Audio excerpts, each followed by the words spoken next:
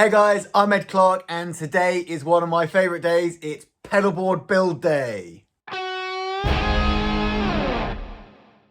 Before all of that though, please make sure you like and subscribe. Check out the merch link below. I have some brand new merch to check out. I've got a whole bunch of other things, mouse pads and patches and all sorts of cool stuff. And also, you may notice this slightly odd situation with the facial hair. It is, of course, Movember, so please hit the link below if you'd like to donate. Last year, you guys absolutely smashed it. I think I targeted like £300 or something, and you guys got up to 742. So this year, I'm targeting 750, trying to make it that nice round number. So to support men's health, etc., please hit the link below. Okay, so the plan. Well, I've just got this new toy, the new Morningstar MC8 Pro. I spent a bit of time programming it the other day and I absolutely love it. I'll be using that in conjunction with the Morningstar ML5. Yeah, ML5, which essentially allows you to use the Morningstar as a loop switcher for non-MIDI pedals. So I've got some things controlled by MIDI, and then I'm using this to turn on and off the stuff that I'm not controlling by MIDI. If you'd like to see my full breakdown of this, where I set up the entire thing and programmed it, I've done a members only video. So if you're interested in that, hit the join button below and become a member. Basically, this whole thing has come from the fact that I got the Fender switchboard that you can see on the board currently a little while ago, thinking its feature set was way beyond what the cost would suggest. And I stand by that, it is. But there are some issues with it that I can't get around when I'm gigging. I won't go into detail about it here. I have already spoken about it. There'll be a video up here somewhere and in the link below and in the description below, excuse me, if you'd like to see my full review of the Fender switchboard where I explain why I'm changing it out. This means that while a lot of the stuff on my pedalboard will be changing, there are a few things that can stay the same. So for example, the Crybaby Junior can stay exactly where it is. The MEQ driver above it can stay where it is. The small loop switcher that I'm using to turn on the MEQ driver and my Phase 90 can stay. The Phase 90 might stay where it is currently, not exactly sure. The Riverside and the tuner will be staying, but they may move around a little bit. I'm going to be using the expression pedal to control the HX Stomp this time instead of the HX1. I want to be able to have multiple effects loaded up at one time so that it doesn't have to toggle between them, because there is a slight silence when it switches, which is completely understandable, but I wanted to avoid that. So I'm going to use the HX Stomp so I can have multiple set up at the same time. I'll be using the Stomp instead of the delay, so that can go, and instead of the Lacerate volume boost, so that can go. The Infinite and the Hoff Mini will be staying probably roughly where they are now, don't know yet. And I'd like to keep the 10-band EQ on there if I can. If not, it's not the end of the world.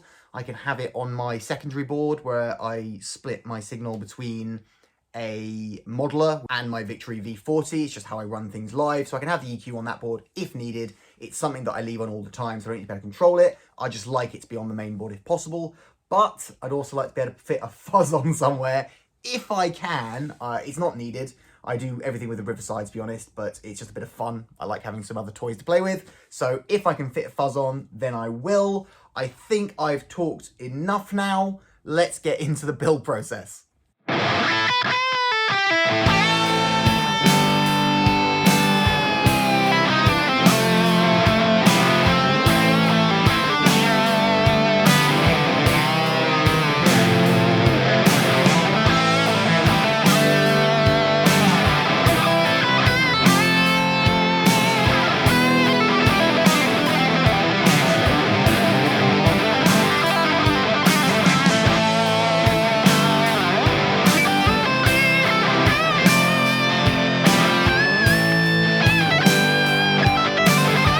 Okay, slight change of plan. As you can see, I've pretty much stripped the entire board down. In fact, not even pretty much. I have stripped the entire board down, except for the power supplies here and here, and then also the patch bay that I have. Can you see that? Yeah. So yeah, I'm actually going to build it up from scratch again. I'm not going to bother taking all the dual lock off, because I'll probably reuse a lot of it. But yeah, time to figure out what my layout's going to be.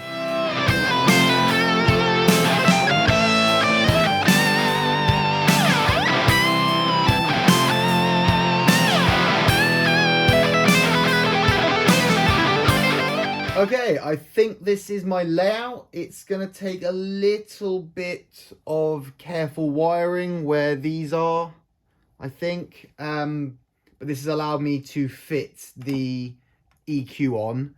I think if I wanted to fit fuzz in as well, maybe the phaser would have to go and I'd use that for a phaser. I don't know. I think for now, I'm not going to worry about the fuzz. I'm just going to stick with this. And yeah, now I've got to get sticking stuff down.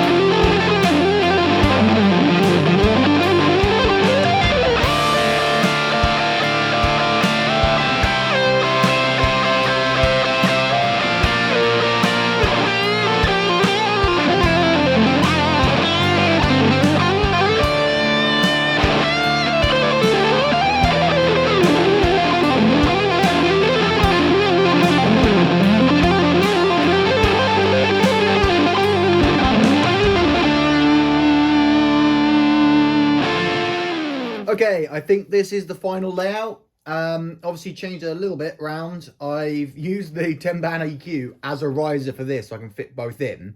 Obviously this would fit in this gap here, but then I wouldn't be able to reach it without some really tall riser.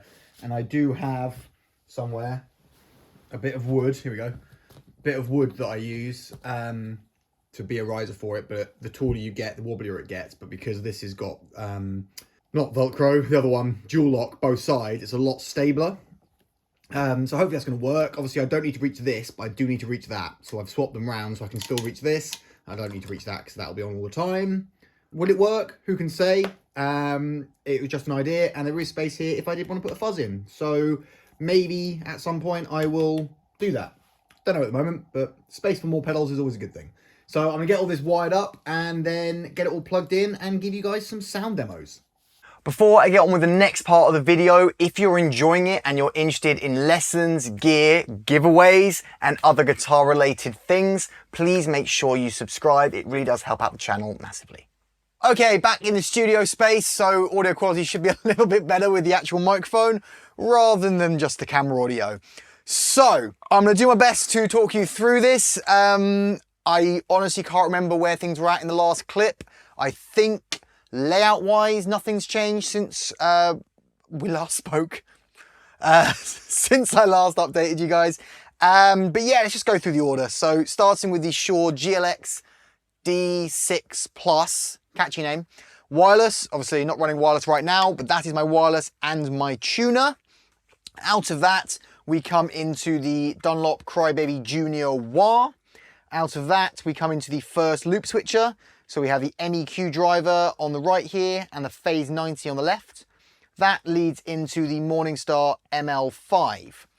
Now, the ML5 is controlled from my MIDI controller here, and essentially I'm just using 3 loops at the moment. Those 3 loops are pre, OD, and post. Basically, OD is the Riverside over here, and pre and post are both the HX Stomp.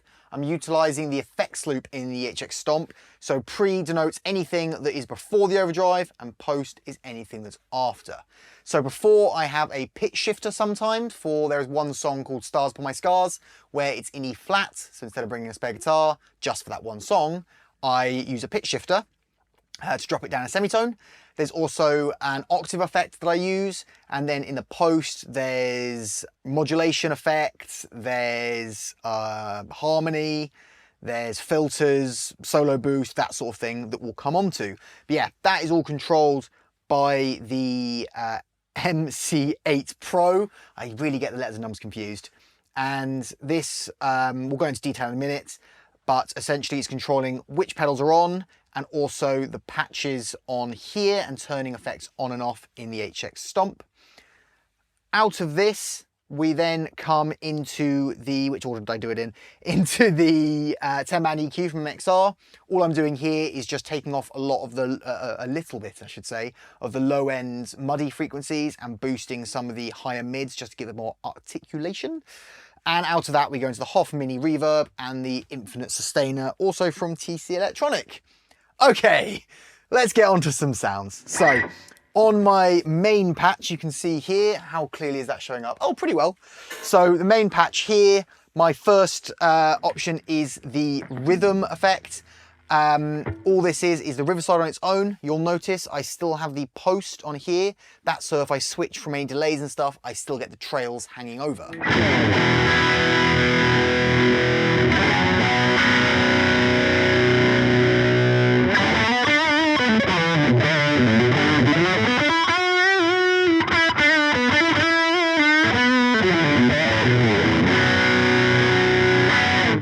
You'll have to excuse the sloppy playing. I've just come back from holiday and I haven't played in a few days. Generally, that's my main sound for rhythms. I also have the MEQ driver, which is just pushing the 800 mids. 800 mids? The mid frequencies at 800 hertz to give a little bit of that coctoir sound, and it's adding a bit of gain too. So if I toggle that on.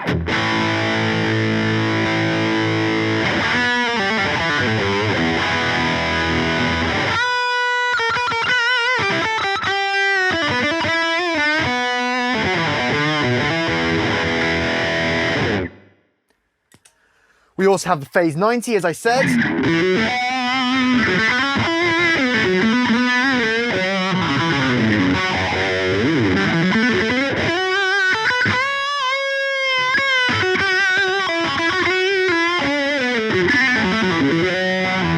Mostly used for leads, to be honest. I really like that David Gilmour, like not too fast moving phase 90, but I'm kind of doing the Eddie Van Halen thing of putting it before the overdrive. I really like it on leads. Okay, so that's what's going on here. Let's start working through here. So on the first patch, there are 3 patches. The first patch, I have that rhythm sound, and then I have my my filter sounds, which is essentially cutting off the highs and lows and boosting around 2K to give a really weak sound.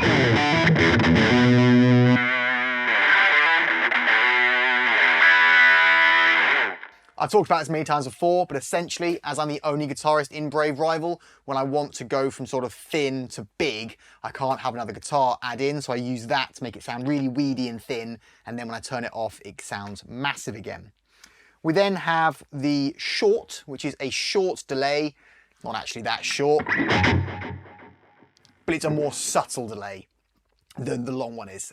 This is just a simple delay at, I think it's around, it's 375 milliseconds delay, and it's just their tape delay, was it? Transistor tape. And it's just to add a little bit of ambience, he says, with the volume roll down.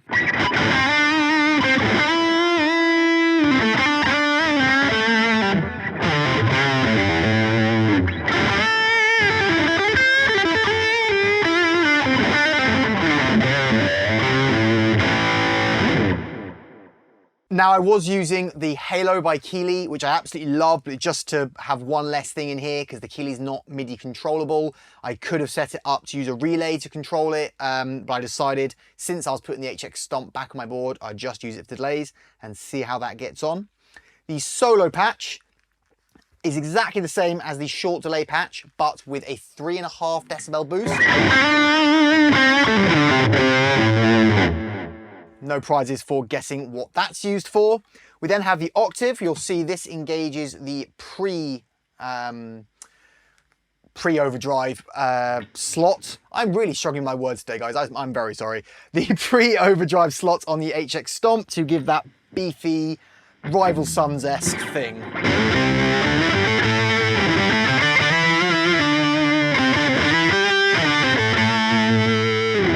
Love that sound.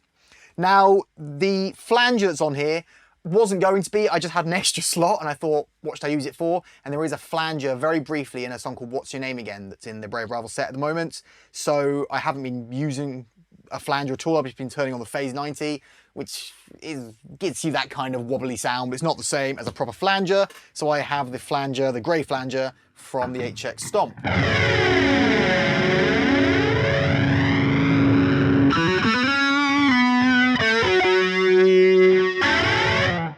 We then have the long delay, which long is probably the wrong word for it. It's actually the multi-heads delay, which means I have heads 2, 3, and 4 on of a multi-heads delay, which means the initial gap is quite long and then it kind of runs away with itself. This is kind of doing what, well, for me, it's doing what the Andy Timmons setting on the Halo does, the Halo itself.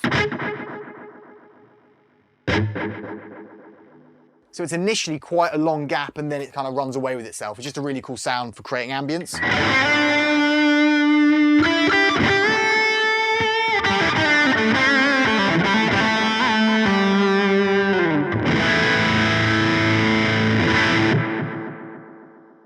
I need to do a bit of work to get the levels right on the delays. I'm not sure currently whether they're coming through enough, but I think until I get it cranked through my V40 at gig volumes, I won't know for sure whether it's right. Next up, we have the harmony. This is essentially the same as the solo patch, but it adds in a third up in B minor for a song called On the Next Round. It has a solo where partway through there's a little dueling guitar thing, and like I said, I'm the only guitarist, so it does this.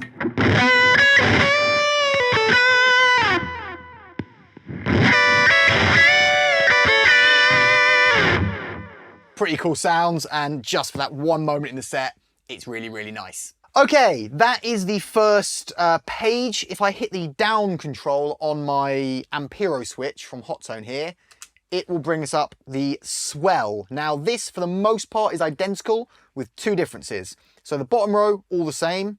Top row, octave and long, exactly the same. And then we've got volume, which does what you might expect. Puts the short delay on and allows me to use the volume control. The solo volume is literally what it sounds like. It's a solo patch, but with the volume pedal engaged, which means at the end of a song, the solo of a song called Try Again of the new record, I can just blend it into the distance as the song drops right down to that moment into the really ambient section. So it's nice to be able to do that. Finally, the last patch, everything goes red. And this is part of my ongoing paranoia of accidentally turning on the pitch shifter mid-solo, etc., or the vice versa, turning it off when it's supposed to be on, that kind of thing. So this is exactly the same as patch 1 with two differences. Firstly, we're down a semitone. So if I engage the rhythm on my main patch and then change it to this one midway through the note,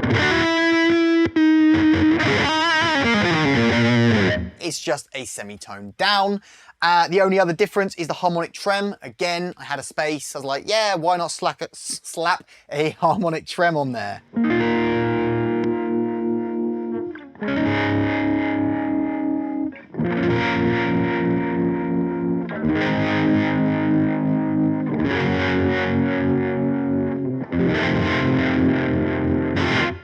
Will it get used? Probably not. I also put a solo delay, which is the solo with the long delay on it. Again, because why not?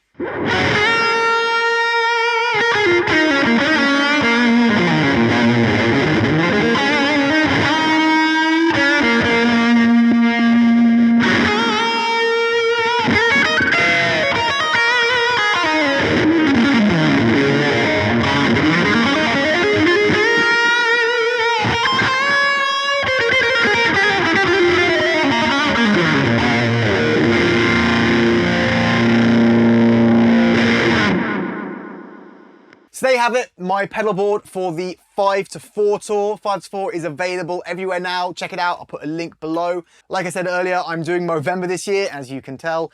If you can spare some money, please do consider donating. The link is below. Movember does some fantastic things.